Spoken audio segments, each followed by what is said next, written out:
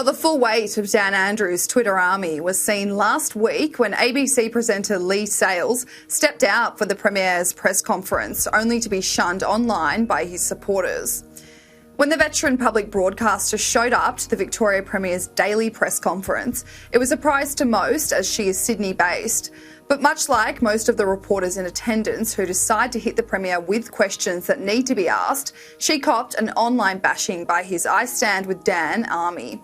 When Sales asked Andrews whether he had a lack of confidence in the state's contact tracing system, given he had put the state into a 5-day lockdown over what she described as can't manage 2 to 3 cases a day in a population of about 6.3 million people. Twitter then went crazy, accusing the ABC journalist of flying from Sydney to Melbourne purely to attack Dan Andrews at his press conference.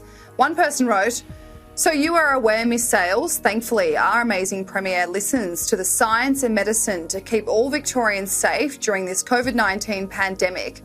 Another said, "Leigh Sales caught up in her own self-importance." Again, "Leigh Sales, you made a fool of yourself with Premier. Clearly you don't accept that the virus can spread like wildfire as it did overseas and it is best to stop it before it spreads." To which Sales later hit back at the online trolls. "A few people on here noticed I was at Dan Andrews' presser. FYI, I'm only in Melbourne because I came for a friend's birthday and got caught in lockdown. I didn't come here just for the DA presser. ABC 7:30 had an interview bid in for today. He said no, attending presser next best option."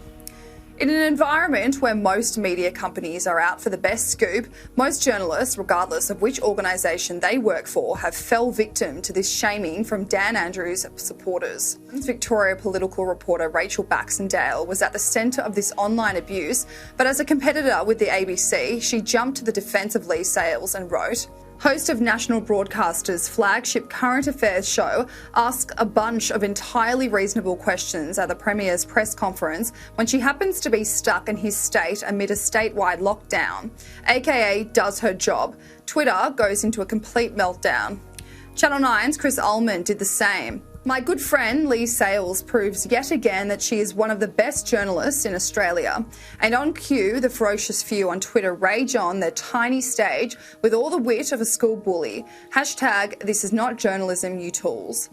And while online trolls write every day about how Daniel Andrews should be the Prime Minister or the Australian of the Year, they continue to write hateful comments to any journalist that tries to hold the Premier accountable for his actions under his watch.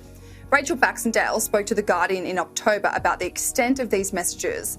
She said, "There's been some pretty violent, nasty stuff involving suffocation and strangling and gagging. There's been sexual nonsense about who I must be sleeping with, but there's also just been relentless, low-level, stupid stuff about what I wear and how I look and what my voice sounds like.